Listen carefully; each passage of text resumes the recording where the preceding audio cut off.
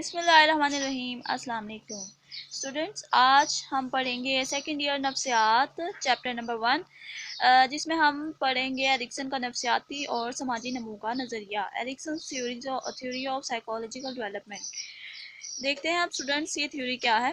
Erikson 1902 نے normal انسانی نشوونما کا ایک نظریہ پیش کیا جو انسانوں کی ساری زندگی پر محیط ہے، یعنی کہ ایرکسن نے انسان کی پوری زندگی پر مشتمل ایک نظریہ پیش کیا۔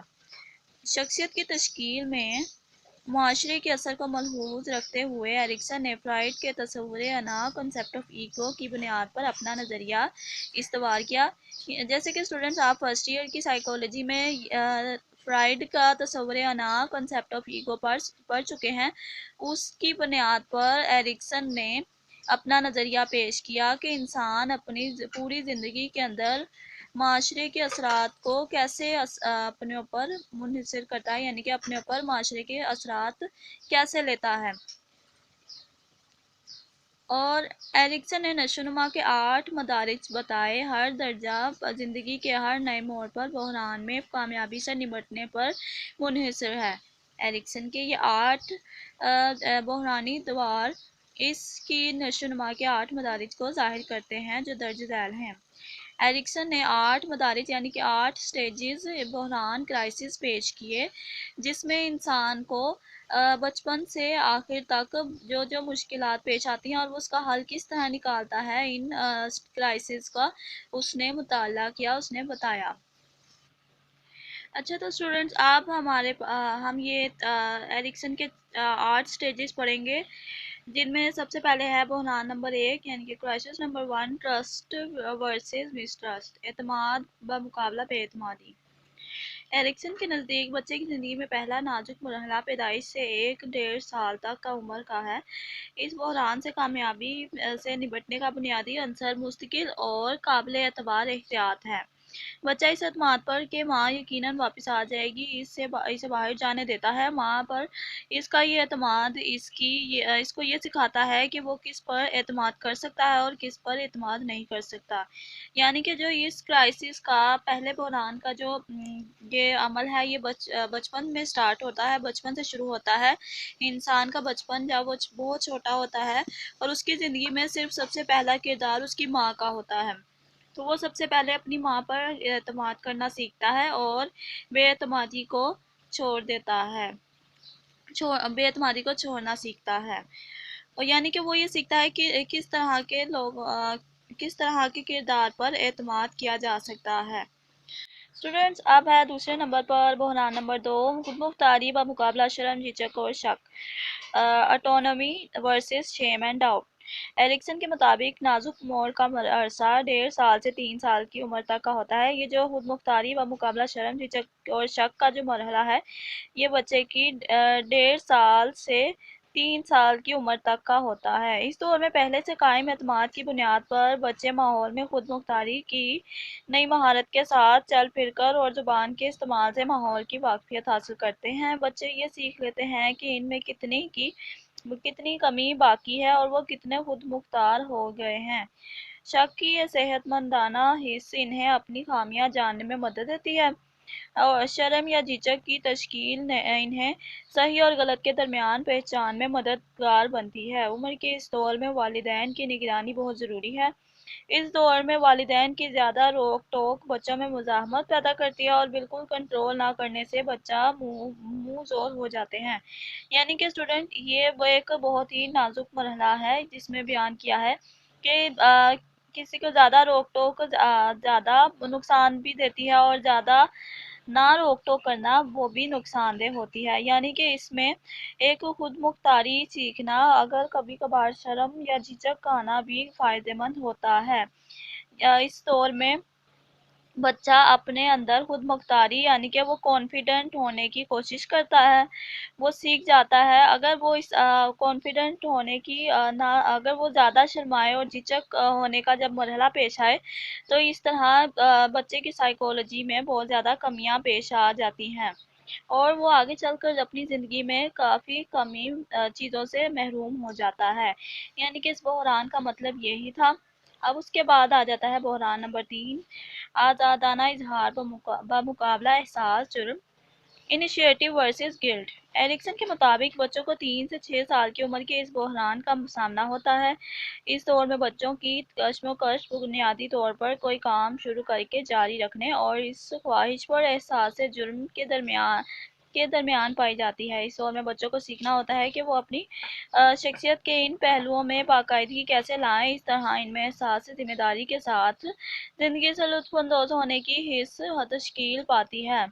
بہت زیادہ احساس جرم ہونے کی صورت میں بچے خود پر بہت زیادہ کنٹرول کرنا شروع کر دیتے ہیں اور اپنے آپ کو آزادانہ اظہار سے روک لیتے ہیں، یعنی کہ وہ اپنے آپ پر کنٹرول کرنا سیکھتے ہیں۔ اس بحران کے مطابق یہ 3 سے 6 سال کی عمر کے بچوں میں ہوتا ہے۔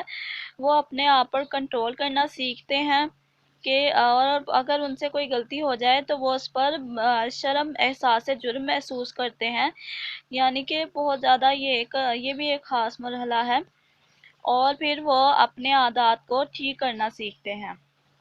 اب اس کے بعد ہے بحران نمبر 4، محنت بمقابلہ احساس کمتری، انڈسٹری ورسز انفیریورٹی۔ 6 سال کی عمر سے 12 سال کی عمر تک بچے اسکول میں تہذیب اور اپنی عمر سے بڑی عمر کے بچوں اور بزرگوں کی عزت کرنا سیکھ لیتے ہیں۔ اس دور میں تخلیق اور مقابلہ کا جذبہ پروان چڑھتا ہے۔ بچے کی یہ جاننے کی خواہش ہوتی ہے کہ اسے ابھی کتنا اور سیکھنا ہے، اور اس مرحلے پر وقوفی ترقی کو ٹھوس عملی درجے کا نام دیا گیا ہے، جس میں بچے ممکنہ حد تک بہت سی تخلیقی تحصیل کے قابل ہو جاتے ہیں، یعنی کہ اس میں وہ نئی نئی چیزیں سیکھتے ہیں، وہ اپنی سوچ کا استعمال کرتے ہیں اور لوگوں کی عزت کرنا، یعنی کہ ان کو ان کے درجے پر رکھ کر ان کو عزت دینا سیکھتے ہیں۔ بحران نمبر 5، شناخت بمقابلہ کرداری الجھاؤ، آئیڈینٹی ورسز رول کنفیوژن۔ بلوغت کے آغاز کے ساتھ ہی بچے کے لیے اہم ترین کام اپنی ذات کی شناخت حاصل کرنا ہے۔ وہ یہ جاننے کے لیے سوال کرتا ہے کہ میں در حقیقت کون ہوں۔ یہ دور 11-12 سال کی عمر میں آتا ہے، یعنی کہ جب بچے 11-12 سال کی عمر تک پہنچ جاتے ہیں تب وہ اس بات پر سوچنا شروع کر دیتے ہیں۔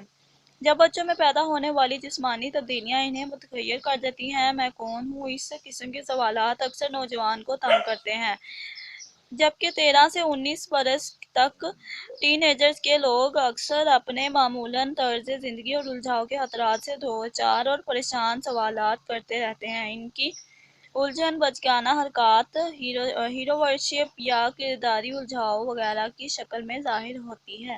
ایرکسن کے مطابق محبت کرنے کا عمل بھی شناختی حد بندی کی کوشش میں شامل ہے۔ اب ہے بحران نمبر 6، بے تکلفی کی گہری دوستی بمقابلہ تنہائی اور علیحدگی، انٹیمیسی ورسز آئسولیشن۔ کسی دوسرے کے ساتھ قریبی روابط کرنے کا بلوغت کے دور کا ایک اور نازک مرحلہ ہے، جبکہ انفرادیت قائم رکھنے کے لیے ایک خاص حد تک علیحدگی رکھنا ضروری ہے۔ یہ ایک بہت دلچسپ لیکن الجھن کرنے والا بحرانی دور ہے، جس میں فرد بیک وقت گہری دوستی اور علیحدگی چاہتا ہے۔ اس بحران کے بارے میں ایرکسن کی ابتدائی نظریہ بہت محدود تھا۔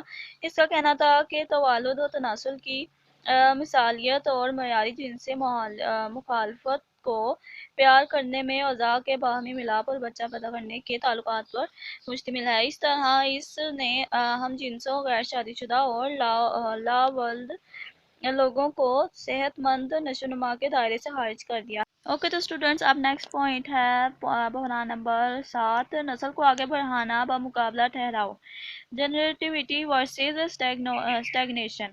تقریباً 40 سال کی عمر میں لوگوں کو نسل آگے بڑھانے کی ضرورت محسوس ہوتی ہے، یعنی وہ نئی نسل پیدا کرنا اور ان کی رہنمائی کرنا چاہتے ہیں۔ اس کا اظہار اپنے بچے پال کر، اپنی زیر حفاظت بچوں کی تعلیم دے کر یا کوئی زندہ رہنے والا تخلیقی کام کر کے کیا جاتا ہے، جو کہ یہ بحران نمبر 7 میں بیان کیا ایرکسن نے۔ اب اس کے بعد ہے بحران نمبر 8، ذات یا انا کی سالمیت بمقابلہ مایوسی۔ Ego integrity versus despair. ذات کی سالمیت اور کاملیت مندرجہ بالا ساتوں بحرانوں سے کامیابی سے نپٹ لینے کے بعد حاصل ہوتی ہے. نتیجتاً انسان اپنی ذات یا انا سے پیار کرتا ہے، جو اس بات کی دلیل ہے کہ وہ اپنی گزری ہوئی تمام زندگی سے مطمئن ہے. وہ کیا کر سکتا تھا یا اس سے کیا کرنا چاہیے تو تھا جیسے تعصب اور افسوس سے بھری ہے. ایک شخص جو اپنی گزاری ہوئی زندگی سے مطمئن نہیں ہوتا، وہ یہ جان کر حسرت و مایوسی سے دو بار رہتا ہے کہ اب اس سے کوئی اور نئی زندگی نہیں ملے گی یا اب اس کے پاس صحیح کام کرنے کا وقت نہیں رہا. یعنی کہ انسان کی زندگی کا وہ مرحلہ ہے جب انسان اپنی بیتی ہوئی زندگی کو یاد کر کر کچھ چیزوں کے بارے میں مایوس ہوتا ہے اور کچھ چیزوں کے بارے میں خوش ہوتا ہے کہ یعنی کہ جیسے کچھ لوگ کہتے ہیں کہ میں نے یہ کام اچھا کیا یا مجھے یہ کرنا چاہیے تھا، اس طرح کے معاملات. تو اسٹوڈنٹس، آج ہم نے پڑھا ایرکسن کا نفسیاتی سماجی نمو کا نظریہ. Thank you for watching my lecture. اللہ حافظ.